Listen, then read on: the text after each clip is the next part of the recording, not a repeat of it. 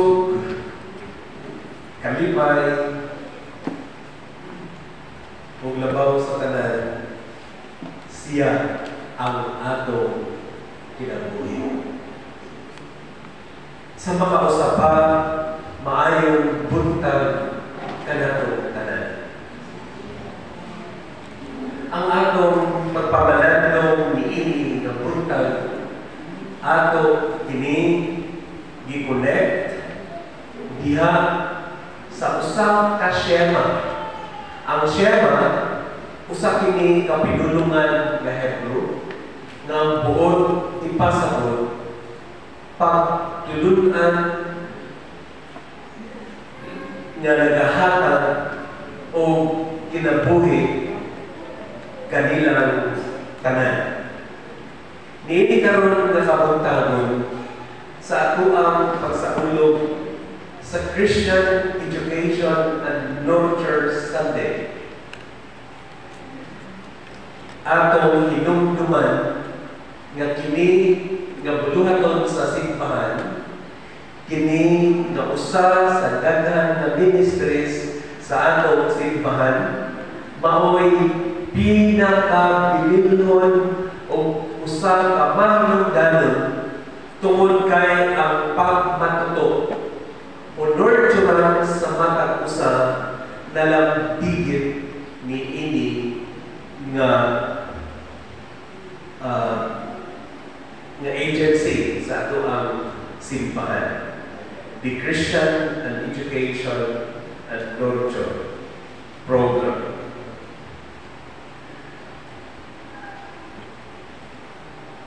Mangutana ako kaninyo mga ginikanan, unsa ba ang inyong ginatudlo sa inyong mga anak sa matag adlaw? Unsa ang inyong ginapakita na kinabuhi sa inyong mga anak aron mamahimo kamo nga usa ka ehemplo or an example of truth, love, and above all, respect. Niini nga buntag na malandong kita sa mga pulo nga gitudlo sa Dios sa iyang mga katawhan.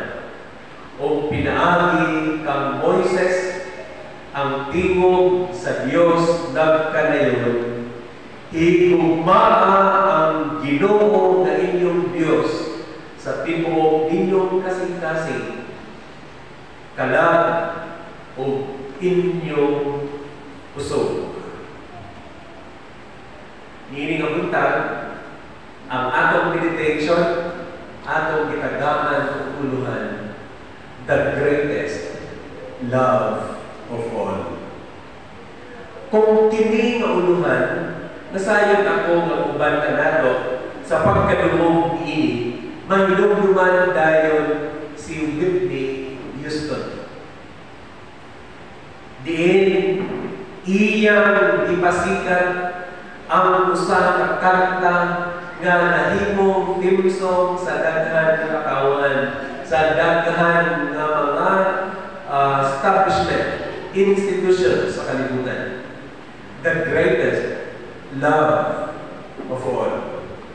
Kung atong mahilumduman kini, nagatudlo kini o usa ka sayo nga pagtulunan sa linya nga iyang gisulat o gikanta nga nagaingon, learning to love yourself is the greatest love of all. Apan ako magaingon, instead to love the Lord your God is the greatest love of all. Ang paghigugma sa tao sa Dios mao kini ang pinakadako nga gugma nga angay sa ulugon ug angay nga itudlo sa atong mga anak aron nga sa umaabot na generations dili mawala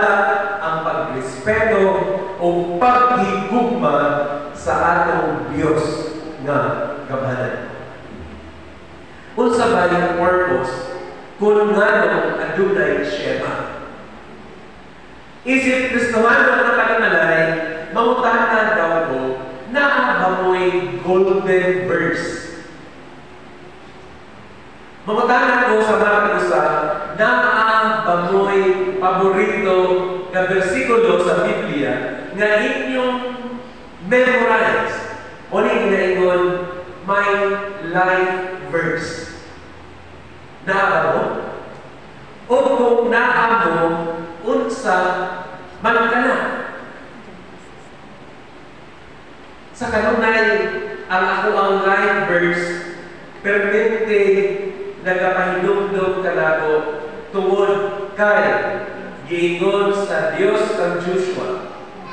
Chapter 1, verse 9. Be strong and be of good courage, and do not be afraid, for I am with you wherever you will go. That is my life verse. Kung ang tanan naka-memorize sa John 3:16, it would be your life verse 2. Upon generally, kana siya ang very core of the teachings, the John 3:16. Upon side niya na unsa pa ang bersikulo nga inyong na-memorize, nga in times of trouble, inyo kini pwede nga i-recite. And then, mag-serve nga inyong inspiration to move forward. Kinsa malinig ka nato ang naka-memorize o kanunay gina-recite ang Psalm 23:1. Memorize ba nato na? Memorize kain nato. Ako, gamay kami sa balay, memorize na nato na karang wala ako nakasabot. Kanang pag-ingon, the Lord is my shepherd, I shall not want. All English man ang gigamit. Makaingon dyan ko, kung saan na what? Kung saan ibuot ipasabot? Wala ako'y nauna-unaan kung sa basta the Lord is my shepherd, I shall not want. Maulang ka na ang ako na-resign. Apan sa dihang nahamtong na, dito na ako na-realize nga kung ang Ginoo di ay may atong magbalantay, wag na tayo laging gikinahanglan pa. Wala tayo laging dapat gikinahanglan ang tao kung dili ang Diyos lamang. Kaya, He provides everything. Iyang provide ang tanan ng mga panginahanglan nato. O na, ganun ka na ang atong life verse sa panahon gani na nagauna-una na usan na lang karitse ang akong bugas. Lumagon na akong karon. Nakahinumdum ko sa una itong pigutom na pila ka bulan, walay ulan, elementary pag-iadto. Murang grade 3 na siguro ko adto. Nga 7 months yun, walay ulan. Wala yun nakatanong ang mga tao. O, grabe ang kagutom. Unya, may dumduman na ako nga ang bugas limitado. Mangita ang mga saging nga lungagunon, namamatay na po ang mga saging. Lisod yun ang kinabuhi. Kung ano na may bugas, titirod, lugawon, sagulan o unsa isagon para lang ma-extend. Apan kung ano man yung duman ang Ginoo, taliwala ni ining tanan, dili niya kita pasagan. I hope nga sugod karon kung unsa ang atong life verse, ato kanang i-recite magad adlaw, busa kita anay kayo nga mutuo o musali diha sa atong Ginoo. Una na purpose, kung nganong ikinahanglan tudluan ang mga kabataan Unsa may purpose sa atong gibasa nga nagaingon, love the Lord your God with all your heart, with all your soul, and with all your strength. Unsa may buot ipasabot niini. Isip mga Kristohano, ang una nga purpose kung ngano gusto nato nga itudlo kini sa atong mga anak, aron na sila magiyahan sa matag adlaw nga tanan. To guide our young people not only inside the church, but all young people all over the land. Mga ginikanan, mangutana ako kaninyo sa inyong paminaw, what is the best gift a parent can give to his or her child? Alam kaninyo, unsa ba ang pinakabilinhon, pinakamaayo nga regalo na amay ihatag sa inyong anak? Posible gawin ka o material things. Apan ang iyang bili, ang iyang worth, kutob lamang kung kanus akini magamit. O mawala na kini. Kung tagaan ka o iPhone 16, pero kayo siguro ni Mulipaya, kay naan kay iPhone 16. Makapanghambog ka, wapo akong cellphone, kitagaan ko, thank you. Pero pagkahuman ni Ana, unsa man. Therefore, alam ka na ng mga Kristohano, aside from that material thing, nga once usahay, kung dili need, gikinahanglan na ang angay na ihatag sa atong mga anak, mao ang bersikulo na magpahinumdum kanila na higugmaon ang Diyos. Na usa lamang ang Diyos sa tibuok kinabuhi nga pag-aalagaran. Ang paghatag ng ini nga regalo entails your very own self. Ang paghatag ni ini nga regalo gikinahanglan nga makita sa imong kinabuhi. Kay kawang ang atong pagtudlo nga mga ginikanan. Mahitungod sa gugma sa Dios, mahitungod sa pag-alaga sa Dios, kung dili makita sa atong mga anak nga ginabuhat usab nato kini. So sa ato pa, we should be, of course, a doer of our words. Kung musul kita, ibuhaton usab kana nato. So mga kaigsunan, ang the best gift ni ay ihatag, mao ang atong kinabuhi na maoy ehemplo sa gugma ng grasya sa Dios. Ang imong kinabuhi ba igsoon, usa ka maayong ehemplo ngadto sa uban. Ang imong kinabuhi ba, mamahimo ba ehemplo aron gaygon ug madayeg ang atong Dios? Kay alam ka nato, dili mawala ang ginatudlo sa among inahan. Ilabi na itong among lulo sa una nga nag-ingon siya. Ipanganak mo ngayon sisiti, mamatay mo ngayon sisiti. Gipasa na sa akong nanay. Kaya akong tatay, mga Catholic man siya.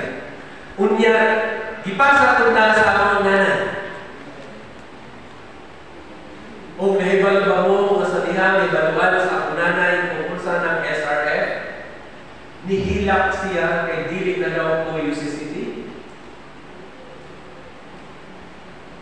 Apan ako gi-explain kaniya kung unsa, kung salamat sa Dios kay karon iya nang nasabtan kung unsa ang atong simbahan. Kana nga pagtulunan.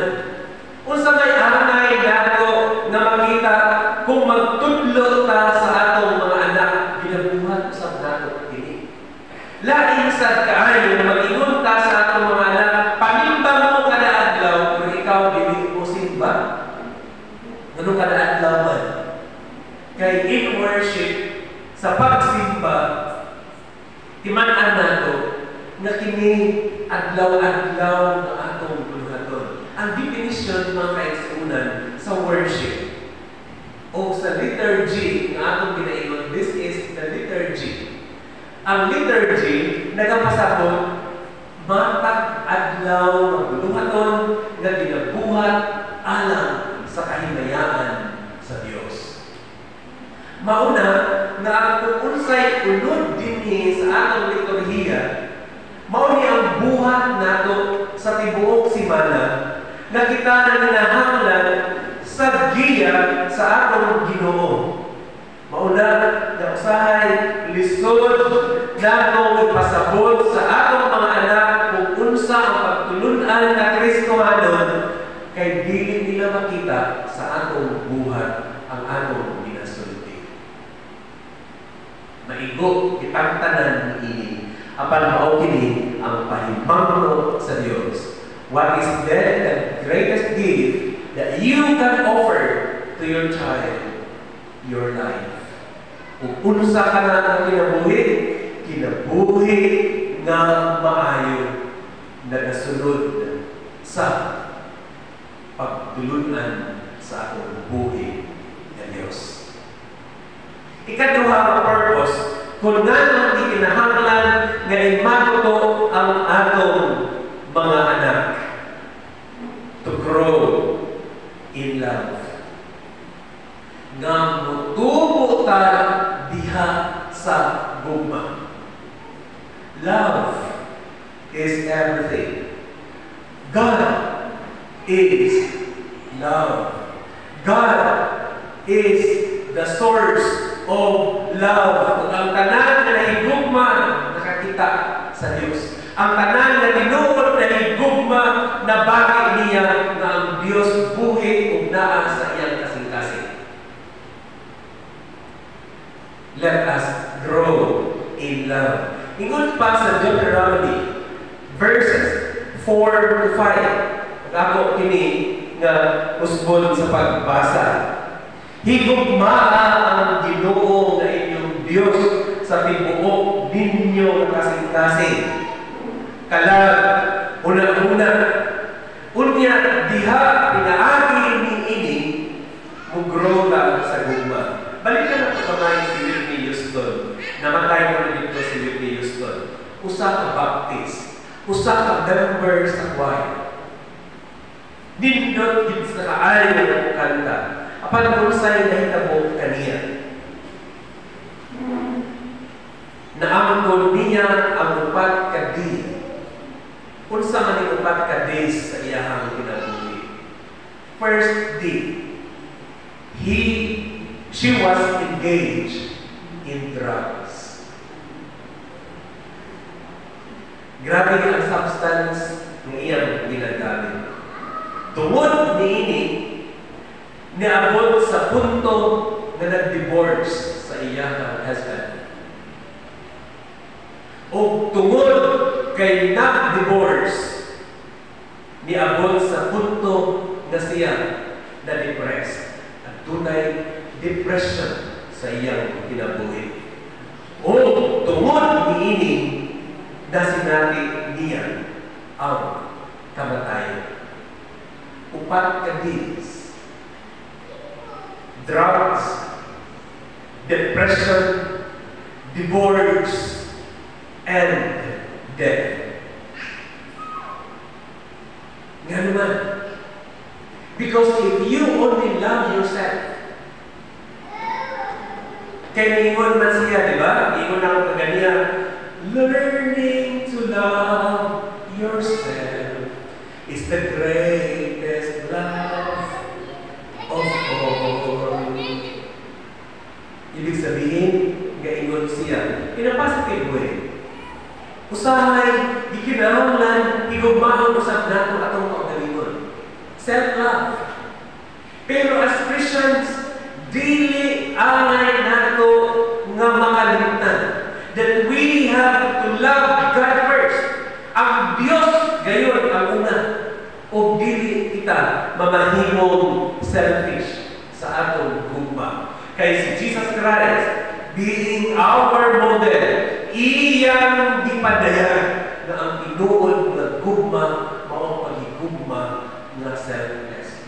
Di na ka maguna-una kung unsay ibalos kanimo, apan mahigugma ka tungod kay kana ang angay nga imong pagabuhaton. Posible nga daghan usab since ang bulan sa September is Suicide Prevention Month. Gina-observe sa tanang katawhan.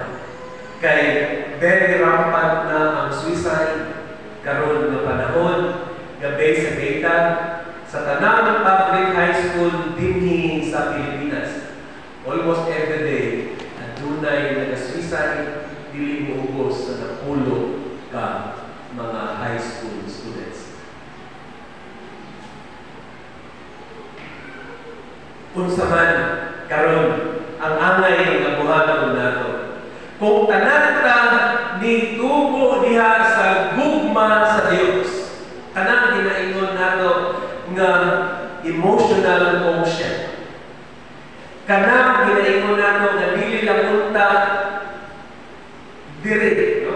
Intellectual. Apan labaw sa tanan dinhi gayon ang gugma. Kay kung ang bata assured sa gugma sa ginikanan na bagay nila paghigugma, walay rason kung anong ma-depress sila.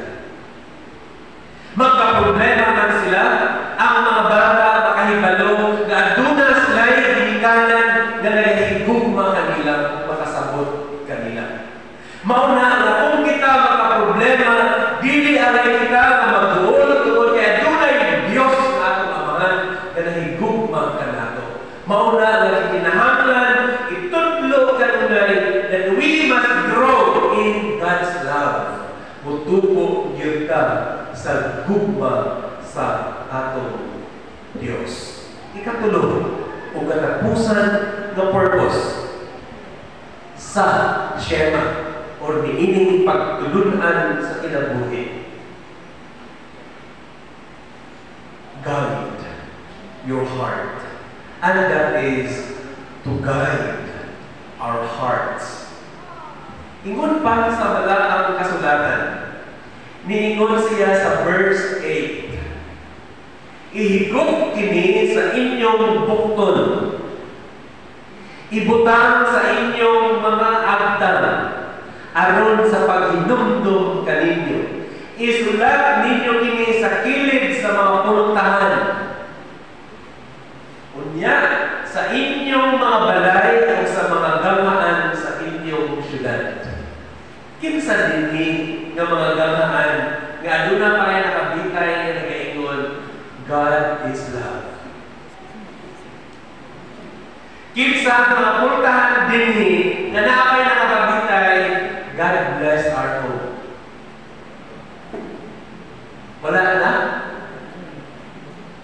Kinsa pa'y mga balay na naada na God bless our home.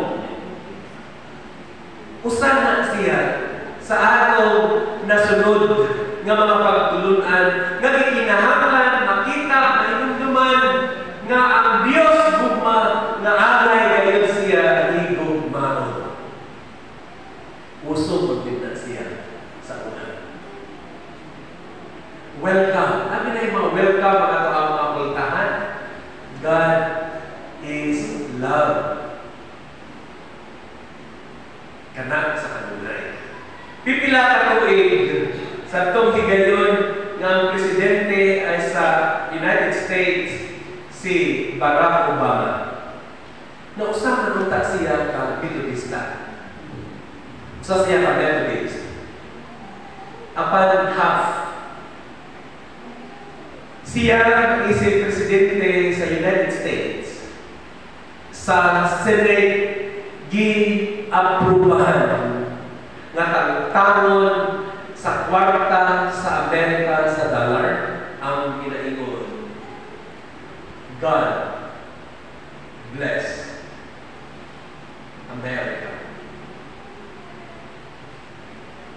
O sa iyang panahon, ihimong balaod nga ginabawal na sa mga public school ang pag-ampo publicly. Sa iyang panahon, gibawal ang pagbasa sa Biblia matag magsesyon ang Congress o ang Senate. Aron daw respetuhon ang uban na dili Kristohan. Apan matod pa sa usa kabangitan nga presidente usab sa Amerika nga maoy nagpasiugda sa Habitat Community si Jimmy Carter. Niingon siya, the foundation of the United States of America is Jesus Christ. The nanong gitangtang naman noon ang ngalan sa Diyos. Ang ingon sa balaang kasulatan, isulat sa matag bumpog nga higugmaon ang Diyos, ilhon o respetuhon ang Diyos apan unsay gihimo sa mga tao. Gitangtang ang ngalan sa atong Diyos.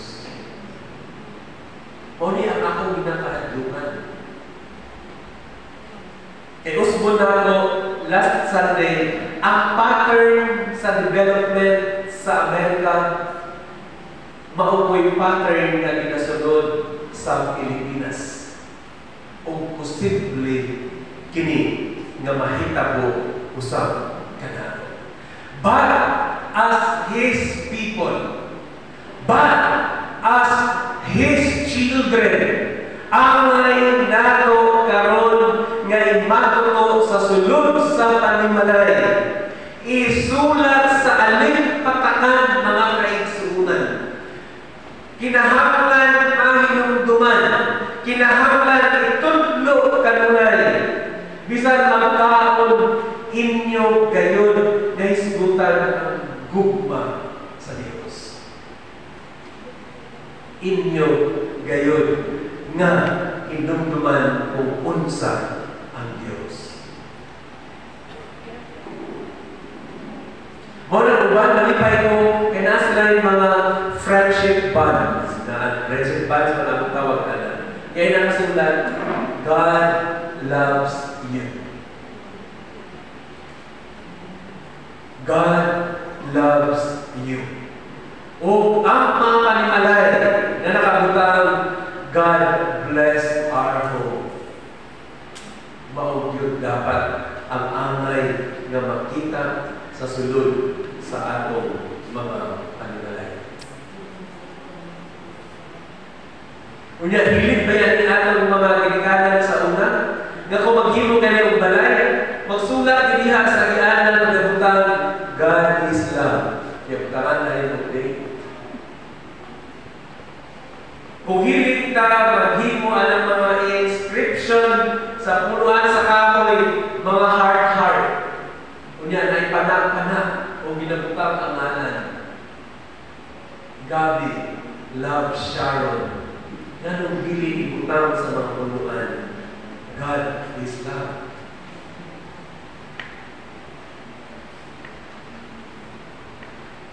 Napay usahan, imbes nga sa ngalan diya sa atong mga t-shirt, ang nakabutang, God loves you. Kapag usahan man ang nakabutang, mga Powerpuff Girls, mga unsa na mga drawing ang naadinha sa atong mga sigilan. Mga unsa ang naadinha. Mauni, mga kaigsuunan, giginahanglan nato nga buhion pagbalik O salamat din Christian Education and Nurture Sunday. Kaya mapahidong naman sa Shema. Pag maingon gani ko na Shema, ang inyo gani dinumduman, love the Lord your God with all your heart, with all your soul, and with all your might. Mauna yung Shema. Mauna yung pagtulunan nga dili yun ang nangihikalimtan sa matag tao na dunay Diyos sa iyang kinabuhi. Ug angay siya nga di gugmaon sa tibuok niyang kinabuhi. Angay nga di gugmaon sa tibuok niyang kinabuhi. Kung ang lakaw ka, biyaan ang panimalay, mag-ampo, unsa gani ang ginaampo nato, atong i-declare, Lord Jesus, this is your home. Maglakaw ni sa pipila kaadlaw, nasayon ko nga ikaw ang magpuyo ni ining panimalay kay imo man kini. Bantayin ang imo panimalay. Then, pag-uling nato, kompleto ang atong panimalay. Mauna ang usa mapapatuod nga diha sa among panimalay sa BSN. Tanan namong silingan, gikawatan, nakapadlak, tanan-tanan, nasudlan, gikawa nila mga pilmi, halos na tanan. O nag-ingon sila, Kuya, gikawatan sa ko. Then, nag-ingon ko, Haloy sa Ginoo, wala. Grabe siguro ang trangka sa iyong balay. Kung sa'yo akong ingon sa kasilingan, ang tag-iya sa akong balay, ang Diyos. O siya, dili pwede kawatan sa bisan kinsa kay gamhanan siya. See, pag bubutang ka sa iyong balay ang word, the Lord of the heavens and of the earth lives here. Imong ginapadaya that you do not own that house or home. It belongs to Him. Iya ang panimalay. At then, atong hinumduman, this life, hinig, kinabuhi, hinulaman kini, hanggang tag-iya ang Diyos. Busaamay lamang nga ang tanan na nagulang muhapag ang respeto sa nagpahulang. Therefore, moingon kita kanunay, O Diyos, ang akong kinabuhi, imo, busa, ayaw, ako, pasabi. Niini nga buntag, ang purpose nga nung gitunan nato pagbalik ang Shema. Aron, adunay guidance ang younger generation. Ikaduha, aron na mutubo kita sa gugma sa Dios. O ikatulo, aron na kita mapahilumduman hangtod sa kahangturan na adunay Dios sa kalibutan. Sa tanang mga UCM, CWA, nakoy hatyo kaninyo sa ato ang group chat. Pwede ba ang kada usa i-post ninyo niya ang inyong life verse? Si Tatay Romeo, mo-post ka unya dito tayo sa GC. Isulti mo sa versikulo nimo. Kay base ng inyong mga versikulo, makahatag usab o pagdasig sa uban. Aron nga sa matag adlaw, mahinumduman nato ang Diyos. Mas maayo sa siguro ng atong mga walls, sa atong Facebook, nakabutang po dito ang Diyos kinabuhi. Aron nga makita sa tanan na nagbasa na nagatanaw kanimo sa mga adlaw, makarealize niya na ang Diyos diyan mao'y nagakontrol sa imo kinabuhi. Siya atong dumanan tanan sa pagsulti, love the Lord your God with all your heart, and with all your strength, and with all your soul. Husbon na po, dumanan na to siya. And love the Lord your God with all your heart, with all your strength, and with all your soul. Amen.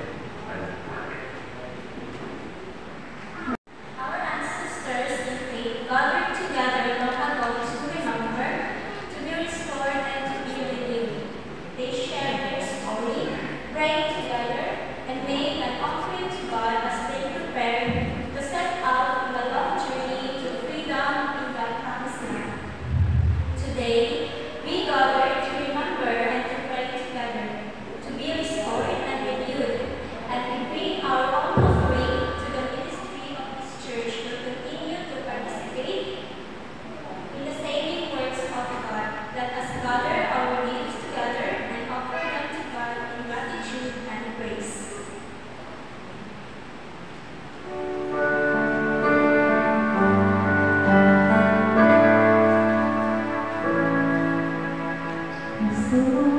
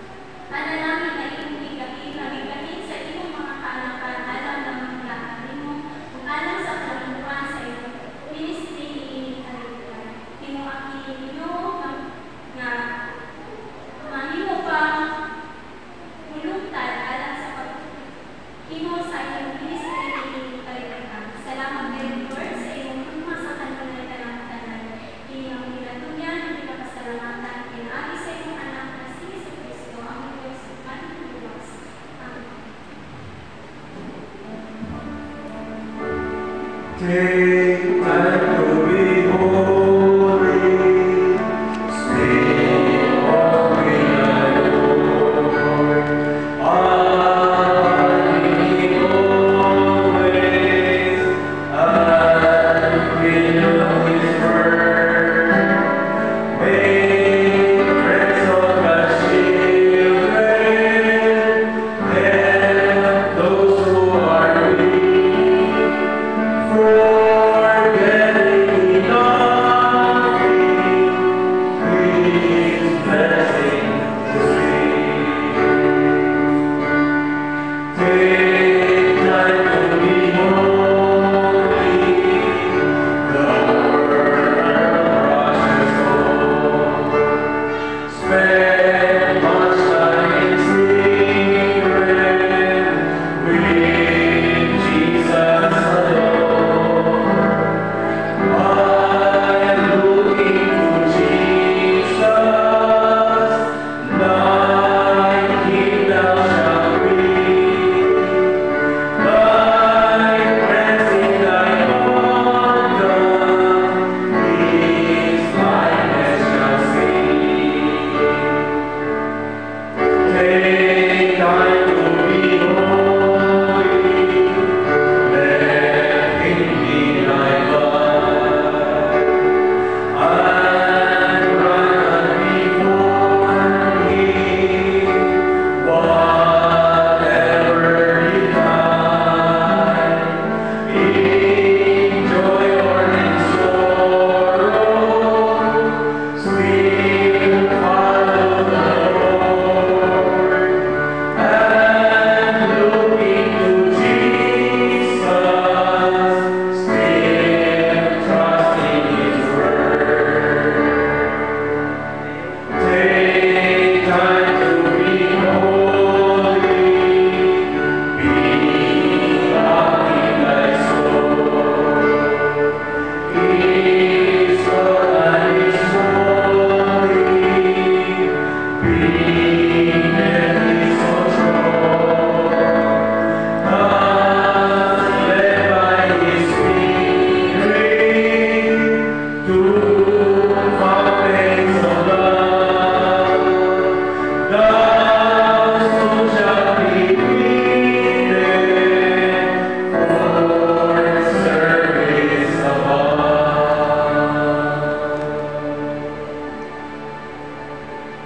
Gimatutong kita sa Dios, aron kita dili mahimulang kaniya.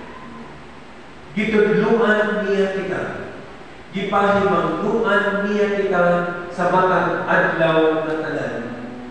Gamao ang pagrespeto kaniya, paghigugma kaniya sa tibuok nato makasing-kasing, kusog o kinabuhi.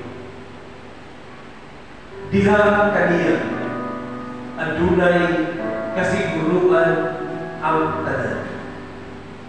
Sa iyang pagmando, ang tanan mahitabo sa atong kinabuhi o gitagda niya na ang tanan butang adunay purpose nganong nahitabo kini kanato. Niini nga semana nga atong pag-aatubangon ang daghang mga challenges, mga trabaho o daghan pang mga butang nga naka-line up. Taliwala niini mga katauhan sa Diyos. Unahon nato pagpamita ang pagkabatangon sa atong Diyos. Kung atong inumduman na ang tanan magabalik ka nato kung sobra-sobra na ihatag sa Diyos ang tanang panalangin. Manlakaw kita uban sa iyang grasya. Manlakaw kita kung atong isakyan ang kahayan kung ang kinabuhi ng malipayan tungod sa gugma sa atong gamhanan ng Diyos. Manlakaw kita uban sa pagtuo ng Dios, pagapadalangin ka nato, karon o hangtod sa kamangturan. Sa ngalan na balaan, Amahan, Anak o Espiritu